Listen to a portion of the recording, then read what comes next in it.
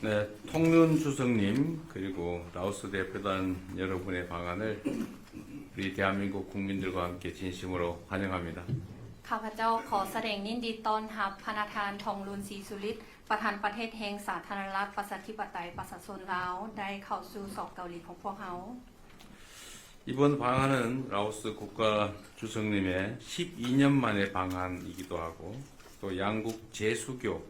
30주년을 맞아 이루어진 것이라서 그 의미가 참으로 남다르다고 생각됩니다. การย่ำยามของทานในปีนี้เป็นการย่ำยามที่มีความหมายอันลึกซึ้งเพราะว่าในนามประธานประเทศหันได้มาเกาหลีหันเป็น12ปีแล้วและอีกอย่างหันทั้ง2ประเทศของพวกเขาได้สร้างสายความพันธ์ทางการทูตได้ครบรอบ30ปี 한국과 라오스는 1995년에 재수교를 한 이후에 불과 한 세대 만에 교육과 투자, 인적 교류 등 다양한 분야에서 괄목할 만한 발전을 이루었습니다. สอบเกาหลีกับสปป.ลาวเฮา995แล้วก็ได้หับเพิ่นพะใหญ่ตัวสายพัวพันธ์ทางการทูตเดทางการค้าการลงทุนเลกเปลี่ยนด้านมนุษย์และคะแนนการต่างๆได้มีการพัฒนาอย่างหลาย 양국 간의 교육은 수교 당시 교육객 대비 약 20배로 늘어났고 라오스를 방문하는 우리 국민들도 계속 많아져서 작년에는 양국의 상호 방문 규모가 역대 최대치를 기록했다고 합니다. การค้าระหว่าง2ประเทศของพวกเขานับตั้งในเปรียบเทียบกับการเริ่มต้นใหม่เนาะแบบว่าได้เพิ่มขึ้นเป็น20เท่าแล้วการพลเมืองต่างๆที่ว่าได้ไปเยี่ยมยามสปป.ลาวก็ได้มีนับเพิ่มขึ้นซึ่งว่าปีกายนี้ได้พลเมืองเกาหลีที่ไปลาวหันหลายก้อนหมู่ในประวัติศาสตร์ 한국은 라오스국 입장에서 보면 3대 개발 협력 파트너이고 5위의 투자 국가이며 또 라오스는 한 아세안, 한 메콩 협력의 매우 중요한 파트너 국가입니다. ในนามสเกาหลีเนาะในเบื้องสเกาหลีหันทางสปป.ลาวเป็นคู่ร่วมอันดับที่3ที่ว่าคู่ร่วมเพื่อเป็นพัฒนาแล้วสเกาหลีของพวกเฮาเป็นประเทศที่ในอันดับที่5ที่ว่าลงทุนไปสปป.ลาวเนาะแล้วอีกอย่างทางสปป.ลาวเป็นคู่ร่วมที่สำคัญในเวทีอาเซียนเกาหลีและแม่น้ำของเกาหลีด้วย 조금 전에 소인수 회담에서 저와 통론 주석님은 올해 양국 재수교 30주년을 맞이해서 우리 양국의 관계를 포괄적 동반자 관계로 격상하기로 하였습니다. ในกล่องประชุมการพบปากกี้นี้ข้าพเจ้าพร้อมด้วยพระธานทองลุนได้ตกลงกันอย่างเป็นเอกภาพกันว่ายกระดับสายพัวพันธ์การทูตของพวกเขาเป็นสายพัวพันธ์คู่ร่วมรอบด้านในนามทั้งสปป.ลาวกับสเกาหลีได้ครบรอบ30ปี 풍부한 천연 자원을 보유하고 있는 라오스는 핵심 광물 공급망 구축을 위한 중요한 파트너 국가이기도 합니다. สปป.ลาวเต็มไปด้วยทรัพยากรธรรมชาติหลายซึ่งว่าเป็นคู่ร่วมสำคัญที่จะได้สร้างต้องสู้การสนองเหตุธาตุสำคัญ 라오스가 통론 주석님의 리더십 하에 내륙국가라는 지리적 한계를 새로운 기회로 바꾸어서 영내 교통물류의 요충지로 발전해 나간다는 국가 목표를 성공적으로 추진할 것으로 확신합니다. 이 과정에서 우리 한국이 든든한 파트너로서 함께하겠습니다. ข้าพเจ้าเชื่อนำว่าโดยภายใต้การนำพาของทานประธานประเทศท้องรุ่นเนาะว่าทางสปป.ลาวหันสามารถหันเปลี่ยนข้อจำกัดในทางภูมิศาสตร์ที่ว่าเป็นประเทศที่บ่มีทางออกสู่ทะเลแต่ว่าหันมาเป็นโอกาสที่ว่าจะเป็นศูนย์กลางเชื่อมจอดเชื่อมโยงทั้งโทรคมนาคมและการขนส่งในภาคพื้นข้าพเจ้าก็จะได้สนับสนุนกับวิสัยทัศน์ของทาน 양국 간의 호혜적이고 미래지향적인 협력 관계를 더욱 확대 발전시켜서 양국 국민이 체감할 수 있는 실질적인 성과를 함께 만들어 나갈 수 있기를 기대합니다. ข้าพเจ้ามุ่งหวังว่าทั้ง2ประเทศของพวกเขาจะได้เพิ่มทวีขยายตัวสายพัวพันธ์การร่วมมืออย่างว่าทั้ง2ฝ่ายต่างได้รับผลประโยชน์แล้วหันหน้าไปอนาคต เพื่อจะได้ผลสำเร็จอันที่สามารถหันใช้ได้จนกลัวให้ทั้งประชาชน2ประเทศหันสามารถรู้สึกได้ใช้ได้เป็นประโยชน์ 다시 한번 방한을 환영합니다. อีกเทื่อหนึงข้าพเจ้าขอแสดงความยินดีต้อนรับทาน 갑자기 ขอบใจ 감사합니다. 제가 한국이 이 ข้าพเจ้าขอแสดงความยินดีต้อนรับทาน 갑자기 ขอบใจ 감사합니다.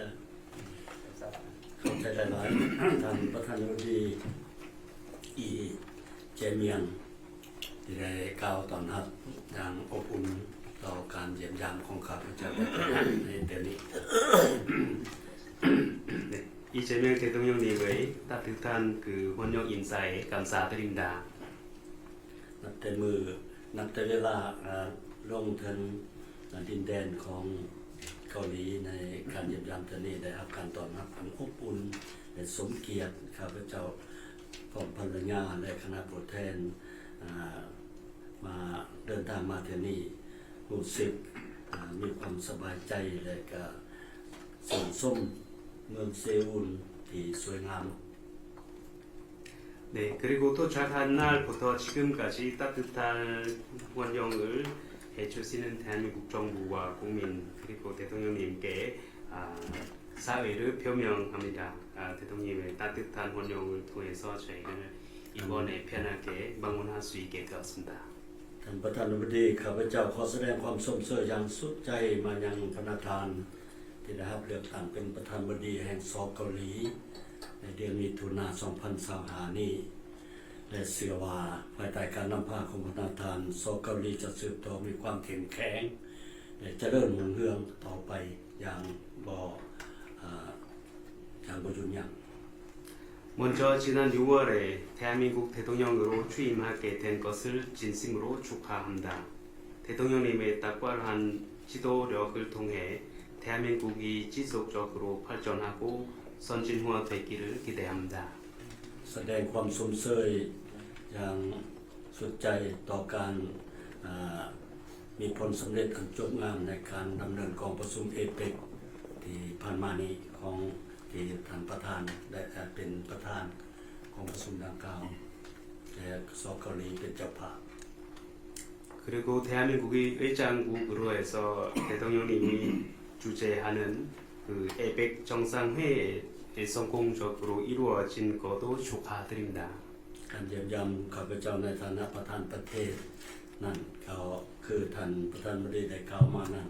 แม่นได้เป็นเทื่อทำอิฐในรอบ12 ปีที่ประธาน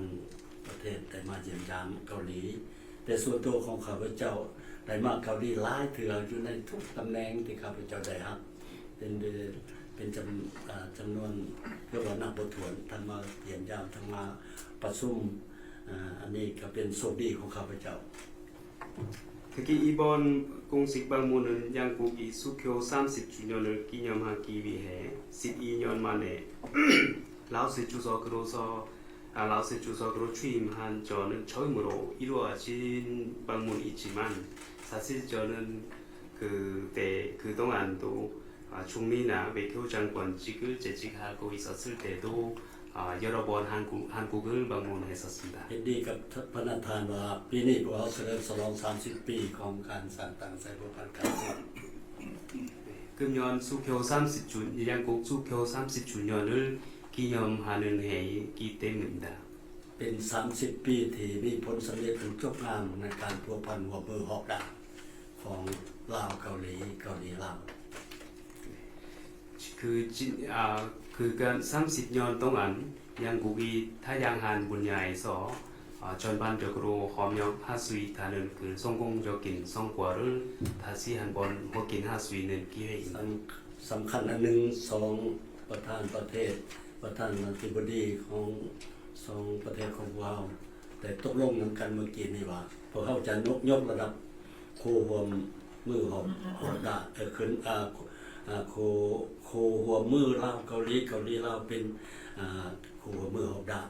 เรียกว่า comprehensive partnership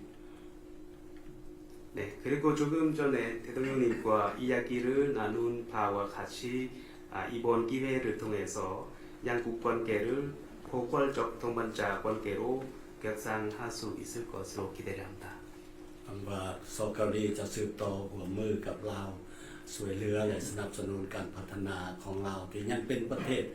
LDC เป็นประเทศด้อยพัฒนาอยู่นั้นให้เขาไปหนา 네, 라오스를 현재 최빈국이라고 하는 LDC 지위에서 벗어나지 못하고 있는 상황입니다. 앞으로 많은 관심과 지원을 계속해 주신 것을 부탁드립니다. กับใจท่านประธานดี 대통령님께 감사드립니다. 고맙습니다. โดยขอบใจ